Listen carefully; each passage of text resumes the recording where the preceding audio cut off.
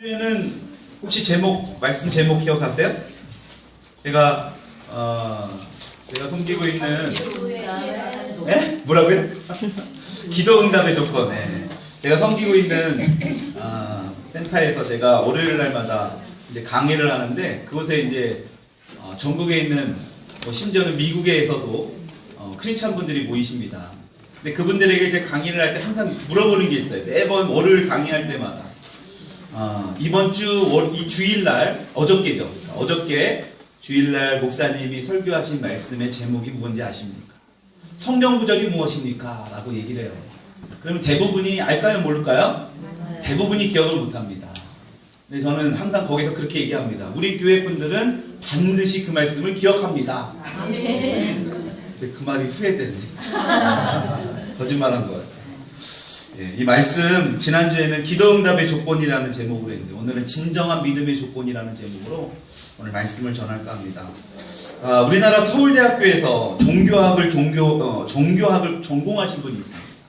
우리 그 종교학계의 굉장히 원로이신 그 정진홍 교수님이라는 분이 있는데, 이분이 어떤 글에 인터뷰를 하는데 이런 이야기를 했습니다. 종교를 공부하는 것은 천벌을 받는 것과 같다라고 얘기했어요. 종교학을 공부한 것은 천벌을 받는 것 같다. 그래서 그 인터뷰에서 그 기자가 도대체 그게 무슨 뜻이냐라고 물어보니까 이분이 하시는 말씀이 뭐냐, 종교라는 것은 그냥 내 자신을 그냥 드리고 봉헌하고 그냥 드리고 그냥 하나님 앞에 믿으면 되는데, 그냥 내가 종교에 대해서 지식적으로 알려고 하다 보니까 그것이 천벌이 된다라는 것입니다. 그냥 믿으면 편해질 일들을 분석하고 머리로 이해하려고 하니까 그것이 나중에 어떻게 되냐, 엄청나게 괴로운 일이 되더라는 것입니다. 여러분, 이분은 이 종교학에 대해서 굉장히 깊이 있게 공부하신 분이에요. 그분이 그렇게 이야기하면 우리야 맞는 거라고 우리가 동조해야 되지 않겠습니까? 여러분, 저는 우리나라에서 종교에 대해 엄청나게 공부하고 연구하고 대표적인 이 종교학자로 할 수 있는 분이 이런 식으로 종교를 표현하고 있다는 것이 굉장히 놀랍게 생각이 되어지더라고요. 이 전문가가 뭐라고 말하고 있습니까? 종교는 그냥 따지고 분석하는 게 아니래. 따지고 분석하는 게 종교가 아니라고 분명하게 이야기하고 있다는 것입니다. 그냥 단순히 뭐예요? 받아들이고 하나님께 순종하고 나아가는 게 신앙인데, 본인이 종교학자가 되어서 자꾸 보니까 본인도 자꾸 요것저것 따지게 되고 분석하고, 그런 행동을 자신을 뭐라고 표현했냐? 천벌받는 행위라고 표현하더라는 것입니다. 여러분, 이 말은 오늘날 우리에게 많은 생각을 하게 하는 메시지입니다. 그래서 제가 항상 말씀드리지만, 우리는 종교를 가지고 있는 게 아니에요. 우리는 종교 생활하는 게 아닙니다. 우리는 뭐 하는 겁니까? 신앙생활을 하는 겁니다. 결코 종교 생활하는 게 아닙니다. 여러분, 그래서 그 정진홍 교수님에게 기자가 다시 물었어요. 그럼 왜 당신은 그 길을 갔습니까? 천벌받는 짓을. 그랬더니 이 정진홍 교수님이 자기가 종교학자가 될 수밖에 없는 그런 상황들을 설명을 했대요. 그 6.25 전쟁이 터졌는데, 이번에 굉장히 연세가 있으신 분이거든요. 그 과정이 청소년기를 보냈는데 굉장히 불우한 그런 상황이지 않았겠습니까? 고아원에서 이 청소년기를 보냈다고 합니다. 그 고아원에 이 신앙을 가진 여러 그 기독교인, 그 원장님서부터 그냥 그 기독교 단체가 운영하는 그 시설이었대요. 자기가 그 고아원에서 있었는데, 당시 어린아이였던 이 정진홍 교수님이 그 시설을 보니까, 거기서 생활하다 보니까 그곳에서 자칭 하나님을 믿는 그 사람들이 굉장히 위선적으로 보였다는 거예요. 그래서 그분이 이 청소년기에 그 어린 마음에 무슨 생각을 했느냐, 이 종교라는 것은 참 좋은 것 같은데 이 종교인과 그것을 믿는다는 이 종교인과 그 제도가 왜 이렇게 나쁠까라고 생각을 했대요. 그 어린 마음에 이런 의문을 가지고 답을 한번 찾아봐야겠다라고 해서 시작한 게 바로 이 종교학이라는 것을 공부를 했다라는 것입니다. 여러분, 굉장히 가슴 아픈 일 아닙니까? 만약에 그 고아원이 신앙이 좋은 장로님이든 믿음이 좋은 권사님이든 그 고아원을 운영하면서 그곳에 있는 그 많은 고아원에 있는 애들에게 이 예수님을 믿는 어떤 사람들은 뭔가 다르구나 라는 것을 비춰졌다라면, 이 정진홍 교수님도 이 종교학이라는 거에 대해서 공부하지 않았을 건데 말이에요. 여러분, 저는 이 인터뷰 기사를 보면서 그 정진홍 교수님의 이 한마디가 계속 생각나더라고요. 종교는 참 좋은데 종교인과 그 제도는 왜 이렇게 나쁜가? 종교는 굉장히 좋은 것 같은데 이 종교를 믿는 그 사람과 그 제도가 왜 이렇게 나쁜 것일까?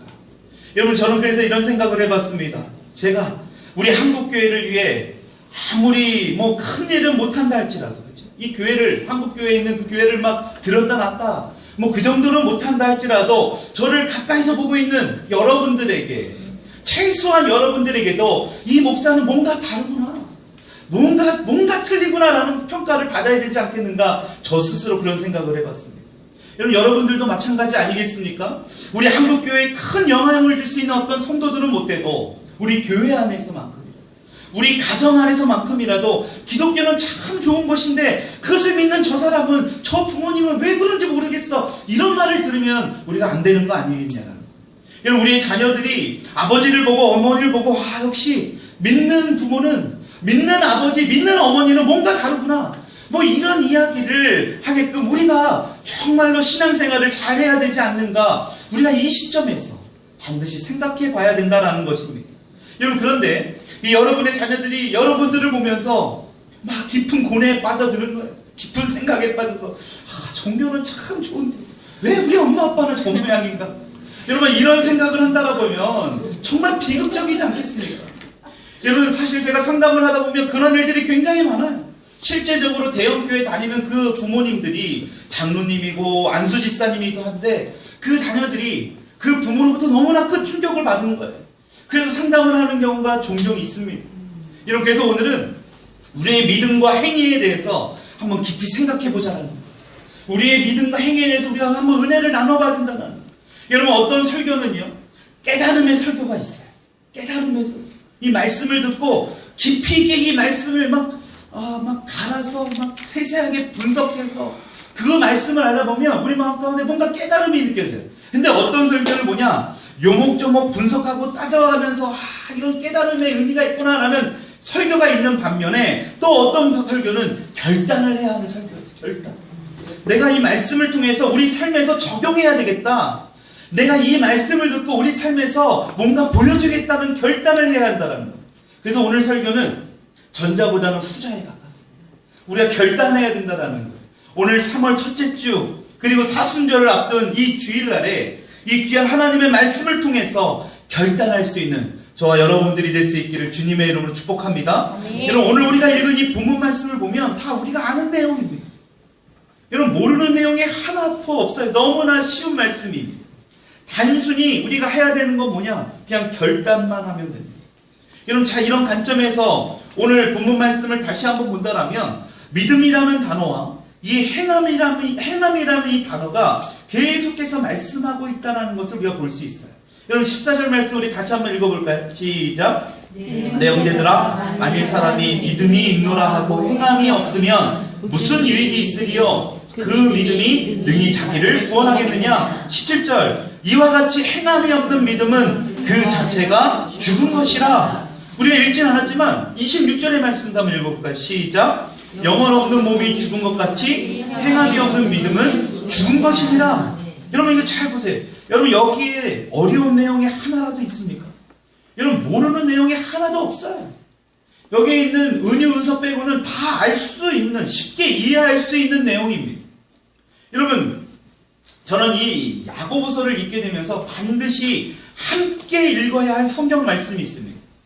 여러분, 이 야고보서 말씀도 있지만 모르는 말씀이 하나도 없이 너무나 우리에게 잘 쉽게 이해할 수 있는 이 야고보서 말씀이지만, 이 야고보서 말씀과 함께 읽어야 할 말씀이 있어요. 로마서 1장 17절의 말씀입니다. 우리 같이 한번 읽어보겠습니다. 시작. 복음에는 하나님의 의가 나타나서 믿음으로 믿음에 이르게 하나니 기록된 바 오직 의는 믿음으로 말미암아 살리라 함과 같으니라. 아멘. 그런데 똑같은 맥락에서 쓰고 있는 야고보서 말씀에는 어떻게 나와있나 볼까요? 2장 18절의 말씀입니다. 같이 한번 읽습니다. 시작. 어떤 사람은 말하기를 너는 믿음이 있고 나는 행함이 있으니 행함이 없는 내 믿음을 내게 보이라. 나는 행함으로 내 믿음을 내게 보이리라. 너는 지금 뭐라고 얘기하고 있습니까? 너는 행함이 없는 네 마음, 네 믿음을 나에게 보이냐? 그래, 그러면 나는 행함으로 내 믿음을 너희에게 보이겠다는 거예요. 여러분, 야고보가 지금 이렇게 고백하고 있는 거예요. 여러분, 그래서 이 로마서 말씀을 읽으면 어떻습니까? 오직 믿음으로라고 얘기합니다. 오직 믿음으로. 여러분, 그래서 이 로마서 말씀과 이 야고보서 말씀이 어찌 보면 좀 충돌되는 그런 말씀이기도 해요.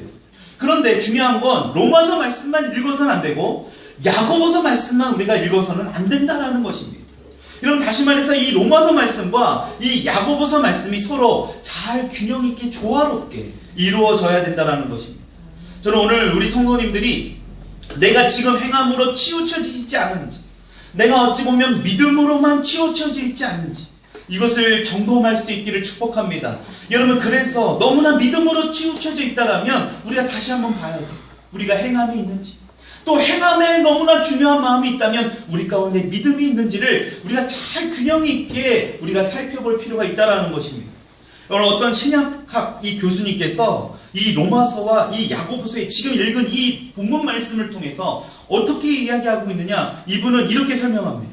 이 바울 서신 중에 가장 첫 번째 나오는 이 로마서는 사람이 하나님 앞에서 어떻게 의롭게 되는가 하는 칭의의 원인을 말하고 있는 반면에 야고보서는 의롭게 된 사람은 어떻게 살아야 하는가 하는 칭의의 결과를 말하고 있다는 거예요. 여러분, 의롭게 되는지 그 원인을 얘기하는 게 바로 로마서의 말씀이라면 야고보서는 결과를 이야기하고 있다는 것입니다. 한마디로 말하면 로마서는 믿음으로 구원받았다는 것을 선포하는 성경이라는 것입니다. 여러분, 그런가 하면 야고보에서 나오는 내용은 말 그대로 그 믿음은 선한 행위라는 열매를 가져다 준다는 것입니다.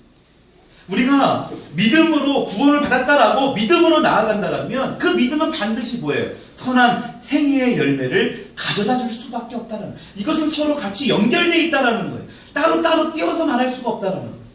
여러분, 선한 행위는 그 믿음의 결과물이라는 이야기입니다. 그래서 예수님께서도 이렇게 말씀하십니다. 마태복음 7장 20절에 이렇게 말씀하고 있습니다. 같이 한번 읽어볼까요? 시작. 이러므로 그들의 열매로 그들을 알리라. 여러분, 예수님이 말씀하고 계세요. 반드시 그 열매로, 다시 말해 우리의 선한 행위로 말미암아 그들을 알 수 있다, 그들을 알겠다라는 것입니다. 예수님께서도 이렇게 말씀하고 있는 거예요. 그래서 마태복음 7장 21절에 계속 이어서 아까 말씀드린 그들의 열매로 그들을 알리라 라는 말씀에 이어서 이렇게 말씀하고 있는 겁니다. 시작. 나더러 주여 주여 하는 자마다 다 천국에 들어가는 것이 아니요 다만 하늘에 계신 내 아버지의 뜻대로 행하는 자라야 들어가리라. 아멘. 여러분, 예수님 주여 주여 한다고 해서 천국에 가는 게 아니랍니다. 주님의 뜻대로, 아버지의 뜻대로 행하는 자라야 들어갈 수 있다라고 분명하게 예수님께서 말씀하고 있습니다. 여러분, 그래서 야고보서 기자가 한 장을 넘겨보시면 1장 22절에 이렇게 말씀하고 있는 것입니다. 1장 22절 같이 한번 읽어볼까요? 시작. 너희는 말씀을 행하는 자가 되고 듣기만 하여, 그 다음을 보십시오. 시작. 자신을 속이는 자가 되지 말라. 여러분, 성경은 1.200도 틀림이 없다라는 진리의 말씀을 믿으시지요? 여러분, 이 말씀을 보면서 무엇을 깨달을 수 있습니까? 우리 인간은 얼마든지 자신을 속일 수 있는 존재라는 것입니다. 우리 자신을 얼마든지 위선적인 모습으로 살아갈 수 있는 것이라고 성경은 분명히 우리에게 증명해주고 있습니다. 알려주고 있는 거예요. 어찌 보면 우리 스스로가 지금도 주님이 보시기에는 다 보이시는데, 다 보고 있는데 우리 스스로가 뭔가 위선적인 모습으로 자신을 속이는 자가 될 수도 얼마든지 있다는 것입니다. 여러분, 그래서 방금 읽은 이 마태복음 말씀 중에 주여 주여 하는 자마다, 예수님 하는 자마다 다 천국에 들어가는 것이 아니라는 거예요. 아버지의 뜻대로 행하는 자라야 들어간다라고 분명하게 말씀하고 있어요. 여러분, 진짜 믿고 계십니까? 그렇다면 믿는다라면 아름다운 열매 또한 맺을 수 있어야 된다는 것입니다. 이건 서로 연결되어 있는 거예요. 그래서 그 열매를 통해서 우리의 믿음을 볼 수 있다는 것입니다. 여러분, 우리가 하나님 앞에서 나 스스로 속이는 자가 되지 않기 위해서 어떻게 해야 될까요? 하나님이 보실 땐 우리를 다 알아요. 아담과 하와가 피해서, 하나님의 낯을 피해서 숨었다고 했잖아요. 그렇죠? 그들이 이전에는 선악을 알게 하는 나무의 열매를 먹기 이전에는 어땠습니까? 그들이 벌거벗었으나 부끄러워하지 않았다라고 성경을 기록합니다. 영어 성경을 보면 no shame이라는 단어가 사용됩니다. no shame. 부끄러워하지 않았다. 근데 하나님의 말씀하신 선악을 알게 하는 나무의 열매를 따먹는 그 순간에, 다시 말해서 하나님의 말씀에 불순종하는 순간 그들은 하나님의 낯을 피했다라는 거예요. 숨었다라는 거예요. 여러분, 그러나 숨었으면 어떻게 있습니까? 하나님은 이미 다 하셨어요. 어디에 숨었는지 알았습니다. 아담아 어디 있느냐? 여러분, 하나님이 아담이 어디 있어서 몰라서 아담을 부르신 게 아니에요. 너가 왜 거기에 숨어있냐? 너가 어떻게 내가 만들었는데 나와 에덴 동산에서 평생을 거닐면서 너가 수고하지 아니하고 평화를 누리면서 안식을 누리면서 살 수 있는데 왜 너가 숨어있느냐? 왜 낯을 피해 있느냐? 여러분 잘 보십시오. 우리의 인간의 속성이 바로 여기에 있습니다. 하나님 앞에 나오지 못하는 것. 여러분 어찌 보면 우리 인간의 죄성이에요. 하나님의 낯을 피할 수밖에 없는 게 우리의 본심이에요. 우리 인간입니다. 그래서 우리 인간은 누구나 죄가 있기 때문에 하나님 앞에 나오는 것이 결코 쉬운 일이 아니에요. 그러나 여러분들이 오늘 저와 여러분들이 예수님의 이름으로 이 자리에 모였다라는 게 기적이에요. 여러분 이것이 은혜인 줄 믿으시기 바랍니다. 얼마나 감사합니까? 그래서 주님은 어떻게 하십니까? 피해 있는 하나님의 낯을 피해서 스스로 속이면서 안 먹은 척하는 거 아니에요. 하나님이 먹지 말라는 그 선악을 알게 하는 나무의 열매를 따먹었는데 안 먹은 척 숨었던 거예요. 근데 주님은 그 아담을 위해서 뭘 준비하고 계세요? 동물옷을 준비하고 계십니다. 여러분 그 동물옷은 뭘 의미합니까? 예수 그리스도예요. 왜? 동물 가죽옷은 죽이지 않으면 결코 만들 수가 없습니다. 동물을 죽이려면 가죽옷을 만들려면 어떻게 해요? 피가 납니다. 그것이 결국에는 신약에 와서 뭘 의미해요? 예수님의 보혈을 의미합니다. 여러분 예수님의 보혈만이 그것을 가려줄 수 있는 거예요. 덮어줄 수 있는 거예요. 우리의 죄를 사해줄 수 있다는 것입니다. 그 노 쉐임이었던 그들이 하나님의 말씀에 불순종하니 그들 가운데 수치스러움이 들어왔던 건데 그것을 가릴 수 있는 것은 오직 예수님의 보혈이라는 것입니다. 여러분 우리가 하나님 앞에 스스로 속이지 않는 자가 되기 위해서 어떻게 해야 되냐라는 거예요. 여러분 오늘 이 말씀을 통해서 살펴보려고 합니다. 믿음과 행함이 조화로운 균형 잡힌 그런 신앙생활을 해야 한다는 것입니다. 여러분 그래서 이 균형 잡힌 신앙생활을 하기 위해서 우리에게 필요한 두 가지를 오늘 나눠보려고 합니다. 딱 두 가지만 나눠볼게요. 너무 길면 또 다음 주에 오늘 또 새로 오신 또 우리 또 안 나오시기도 하고 그럴 것 같아서 짧게 두 가지 또 새로 나오신 분도 있고 그래서 짧게 두 가지 임팩트 있게 여러분 그 두 가지 균형 잡힌 신앙생활을 하기 위한 두 가지. 첫 번째 뭐냐? 행함이 동반되는 믿음이라는 것입니다. 여러분 이 행함이 함께하는 믿음에는 어떻게 되느냐? 반드시 능력이 나타난다는 사실입니다. 여러분 고린도전서 4장 20절에 이렇게 말씀하고 있어요. 제가 한 말이 아니라 하나님이 하신 말씀입니다. 고린도전서 4장 20절 말씀 한번 읽어볼까요? 시작! 하나님의 나라는 고린도전서 4장 20절 시작! 하나님의 나라는 말에 있지 아니하고 오직 능력에 있습니다. 아멘. 여러분 분명히 말씀하고 있습니다. 하나님의 나라는 우리의 말에 있지 않다라는 것입니다. 오직 능력에 있다. 여러분 오늘 읽은 말씀에도 야고보서 2장 15절로 16절의 말씀 보면 만일 형제나 자매가 헐벗고 일용할 양식이 없는데 너희 중에 누구든지 그에게 이르되 평안히 가라 덥게 하라 배부르게 하라 하며 그 몸에 쓸 것을 주지 아니하면 무슨 유익이 있으리요? 여러분 우리가 이렇게 말로만 하는 것에는 하나님의 능력이 없다라는 거예요. 우리가 입술로만 그냥 말하는 것에는 하나님의 능력이 나타나지 않는다라는 거예요. 하나님의 나라도 임하지 않는다라는 것입니다. 여러분 오늘날 많은 그리스도인들이 하나님을 우리의 얕은 어떤 우리의 얄팍한 지식으로만 머리로만 입으로만 그러한 모습으로 나아가고 있지 않습니까? 여러분 누군가 그런 말씀을 하시더라고요. 자기 신앙이 머리부터 가슴까지 내려오는데 40년이 걸렸대요. 40년. 우리는 결코 이런 모습으로 살면 안 돼요. 오늘날 우리가 갖고 있는 다시 말하면 우리 기독교의 총체적인 문제가 뭡니까? 로마서를 소중히 여기는 것 너무나 중요해. 오직 믿음으로 오직 예수 그리스도의 은혜로 오직 십자가로 너무나 중요합니다. 우리는 그것을 결코 놓쳐서는 안 돼요. 여러분 그러나 그것만 붙잡게 되면 나타나는 것이 오늘 우리 교회의 한국교회의 현실이 우리가 너무나 잘 알고 있지 않습니까? 여러분 로마서만 붙잡게 되면 이러한 현실이 일어나는 거예요. 여러분 그래서 우리는 내 머리와 입술을 오가는 그 믿음의 결단이 이제는 뭐예요? 가슴으로 전달될 수 있기를 축원합니다. 여러분 그래서 그것이 내 손으로 전달돼야 되고 내 발로 전달돼야 돼. 내 가장 가까이 있는 내 남편에게 내 아내에게 내 자녀에게 내 이웃에게 예수님 앞으로 돌아올 수 있는 그런 능력이 나타날 수 있다라는 것입니다. 여러분, 근데 우리는 너무나 그 믿음에만 거기에만 한정시켜놨다라는 거예요. 그러니까 능력이 안 나타나는 거예요. 그냥 머리로만 그냥 우리만 그냥 알고만 있는 정도로, 지식 정도로만 끝나라는 거예요. 여러분, 그것을 우리가 직접 이제 어떻게 됐냐, 손과 발로 전달될 수 있기를 축복합니다. 여러분, 그것을 진짜 행함으로 옮겨져야 돼요. 여러분, 그렇게 될 때 어떻게 된다고요? 하나님의 놀라운 능력이 우리 가운데 반드시 나타나게 된다라는 것입니다. 여러분, 두 번째로 우리가 기억해야 할 것이 있습니다.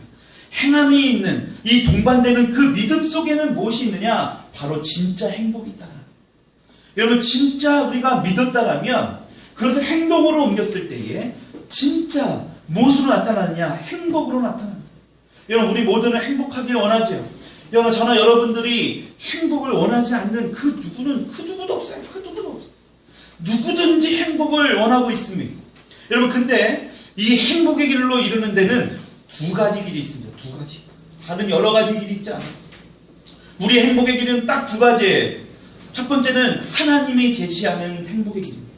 또 다른 것은 뭐냐? 세상이 제시하는 행복의 길. 여러분, 반드시 우리가 알아야 될 것은 하나님께서는 우리를 반드시 행복의 길로 옮기기를 원하신다라는 것입니다. 네. 여러분, 그 행복의 길, 세상이 제시하는, 세상이 이야기하는 그 행복의 길이 우리 둘 가지 길로 나누어져 있다는 것입니다. 여러분, 하나님이 말씀하시는 행복의 길은 세상과 너무나 많이 달라요. 그래서 때로는 우리는 그 길을 가면서도 이게 정말 하나님의 길이 맞을까? 이게 정말 하나님의 뜻일까라는 의문을 갖고 걸을 때가 있습니다. 정말 하나님이 이 길을 가게 하시는 게 맞을까? 이런 생각을 할 때가 너무나 많이 있다는 것입니다. 여러분, 어떤 청년이 하나 있었습니다. 근데 그 청년이 너무 삶이 힘들어서, 너무나 이게 살고 싶지 않아서 자살하기로 마음을 먹었대요. 근데 자살하기 전에 어떤 목사님을 찾아갔답니다. 자신이 이렇게 죽을 수밖에 없는 이유를 그 목사님에게 다 이야기를 했대요. 그 청년의 이야기를 다 듣고 난 이 목사님이 저처럼 좀 괴짜였나 봐요. 그 이야기를 듣고 그 청년에게 이렇게 얘기했답니다. 그래? 죽을 만하네. 빨리 죽어야 되겠네. 그냥 자살을 해야 되겠네. 정말 죽을 만한 이야기야. 어떻게 여태까지 살았어? 막 이런 식으로 얘기했대요. 여러분, 그런데 그 목사님이 그 청년에게, 야, 근데 자살하는 건 청년 좋은데 정말 한 번만 나를 좀만 도와주고 당신이 죽든 안 죽든 그때 가서 결정을 했으면 좋겠다. 간절하게 부탁했답니다. 그래서 그 청년이 어차피 죽을 건데 그 정도도 못 들을까 하고선 그 목사님의 부탁을 들었대요. 그 목사님이 그 청년을 데리고 간 곳은 어디였느냐? 노숙인을 위해서 집을 짓는 그런 현장으로 그 청년을 데려갔답니다. 그렇게 그 청년이 그곳에서 노숙인을 위해서 짓는 그 공사 현장에서 며칠 동안 땀을 뻘뻘 흘리면서 열심히 일을 했대요. 어차피 죽을 목숨이니까 집도 나왔겠다. 그곳에서 먹고 잘 겸 해서 열심히 노동을 하면서 그곳에서 하루하루를 버텼다는 거예요. 여러분, 그렇게 한참 일을 했던 그 청년이 이제 목사님을 찾아가서 이야기했다라는 게 뭔지 아세요? 내가 자살하겠다는 생각을 이제 접어야 될 것 같아요, 목사님. 그 목사님이 왜 빨리 죽어야지? 아니요, 이제 살아야 할 이유를 제가 알 것 같아요, 목사님. 여러분, 이렇게 청년이 고백을 했답니다. 그날 만약에 이 청년이 왔는데, 그날 목사님께서 만약에 그 청년에게 돈을 줬거나 살 집을 만약에 마련해 줬거나, 그렇죠? 여러분, 세상적인 방법으로 만약에 그 청년에게 다가갔더라면 뭘까요? 잠시 동안 괜찮은지도 몰라요. 근데 아마 또다시 그 자살의 충동은 또 몰려왔을 겁니다. 여러분, 그러나 목사님은 오히려 그 청년에게 도움을 요청했다라는 거예요. 오히려 그 청년을 도와주고 불쌍하게 여기는 반면에 오히려 도움을 요청했다. 목사님과 함께 일을 하면서 이 청년이요, 진짜 행복이 뭔지를 알게 되었다라는 것입니다. 이제 진짜 내가 이 땅에서 살아야 할 그 이유를 충분히 알았다라고 그 청년이 고백하더라는 것입니다. 여러분, 이렇게 자살하려는 청년이 우리 가운데 다가오면 우리는 어떤 방법을 합니까? 여러분, 세상은 그러한 청년들에게 어떻게 제시해주고 있느냐라는 거예요. 여러분, 그래서 이 세상이 평안해지고 있습니까? 지금 흘러가는 것이 그런 식으로 흘러가잖아요. 그들의 잘못된 것들이 있으면 이 나라가, 이 사회가 어떻게든 보듬어주고 어떻게든 그들을 도와주려고 그래. 예, 좋아요. 정말 좋습니다. 도와줘야 되고 열악한 환경에 있는 사람들을 정말로 그들을 물심양면으로 지원해줘야 됩니다. 여러분 근데 그 이유가 없어요. 그 이유, 그 다음이 없어요. 그때 당장은 좋지만 그 다음이 없습니다. 그 다음이. 여러분 이 청년이 왜 다시 살기로 다시 생각을 막 바꿨겠냐라는 거예요. 나보다 더 힘든 사람이 이렇게 있구나. 나보다 더 어려운 사람이 저렇게 있구나. 내가 믿음 생활을 한다면서도 내가 머리로 하나님을 믿고 있지만 내가 정말로 이런 행함이 없는 믿음, 나보다 더 가난하고 불쌍한 사람을 돕지 못했던 그 행함이 없는 믿음이 오늘날 이렇게 우리를 자살하는 충동으로 몰고 갈 수 있다는 것입니다. 여러분 세상이 지금 그렇게 만들어가고 있어요. 세상이 그렇게 얘기하지 않습니까? 야 죽어서 뭐해? 더 이 좋은 세상을 즐기다가 죽어야 돼. 너가 이 세상의 주인공이 되도록 해야 될 거 아니야. 더 열심히 해봐. 더 열심히 살아봐. 여러분 세상이 할 수 있는 건 그것이에요. 여러분 근데 그것은 하나님이 제시하는 행복의 길이 아니라는 것입니다. 성경은 분명히 말씀합니다. 잠언서 19장 17절의 말씀에 우리에게 말씀하고 있어요. 한번 읽어봅시다. 시작. 가난한 자를 불쌍히 여기는 것은 여호와께 꿔드리는 것이니 그의 선행을 그에게 갚아주시리라. 아멘. 여러분 우리가 가난한 사람에게 은혜를 갚으면 뭐라는 거예요? 우리가 주님께 꿔드린대요. 우리가 돈을 빌려드린 것처럼 우리가 주님 앞에 꿔드리는 것과 같다라고 말씀합니다. 그래서 주님께서 그 선행을 어떻게 한다고 우리께 넉넉하게 갚아주신다. 아멘. 여러분 이 사실을 주님은 분명하게 말씀하고 있습니다. 우리 주변을 잘 보십시오. 지금도 춥고 가난해서 이 주변에 있는 그 주변에 힘들게 살아가는 사람들이 얼마든지 많이 있다는 거예요. 오늘 말씀해 본 것처럼 입술로만 평안히 가라. 그래 덥게 하라. 야 배부르게 하라. 근데 몸에 쓸 것을 주지 아니하면 아무런 유익이 없다라고 성경은 분명하게 말씀하고 있습니다. 여러분 이것이 우리가 믿음과 행함이 같이 동반되었을 때에 행복을 누릴 수 있다라고 성경은 분명하게 말씀하고 있다라는 것입니다. 여러분 여기서 가난한 사람은 단지 물질만이 아니에요. 영적으로 가난한 사람들이 너무나 많습니다. 요새는 어찌 보면 물질로는 어느 정도 풍족해요. 근데 마음이 가난해서 마음이 공허해서 우리 주변에 너무나 힘든 분들이 많지 않습니까? 여러분 우리가 그들에게 은혜를 베풀어야 할 그때인 줄 믿으시기 바랍니다. 여러분 그래서 이 로마서 말씀의 믿음과 이 야고보서의 말씀의 이 행위의 균형을 가지고 이제 곧 우리가 이 사순절을 맞이하는 저와 여러분들이 아름다운 열매를 맺을 수 있기를 축복합니다. 여러분 말씀을 정리할까 합니다. 여러분 다른 것 없어요. 우리가 그동안 살아왔던 아니면 지금 믿음의 어떤 모습으로 살아가려고 시작을 했던 몇십 년을 믿음의 생활을 했던 그것이 중요한 게 아니라 오늘 성경은 분명하게 말씀하고 있다라는 것입니다. 뭐라고 말씀하고 있다요? 행함이 없는 믿음은 아무런 유익이 없다라고. 여러분 진정한 믿음은 뭐냐? 행함이 따라야 된다는 것입니다. 여러분 우리는 너무나 로마서의 말씀에 한정되어 있고 그것에 매여 있는 것으로 그것에 멈춰져 있는 것으로 만약에 살았다라면 이제는 야고보서의 말씀을 붙들 수 있기를 축복합니다. 여러분 그래서 이 야고보서 말씀을 통해서 우리의 행함에 있는 믿음이 우리 더일린 교회를 통해서 여러분들의 가정과 여러분들의 일터와 여러분들의 가는 곳곳마다 그 은혜가 널리 퍼질 수 있기를 주님의 이름으로 축복합니다. 여러분 이 찬양을 하면서 이 시간 다시 한번 이 말씀을 기억하며 주님 앞에 결단하며 나아갈 수 있기를 원합니다. 세상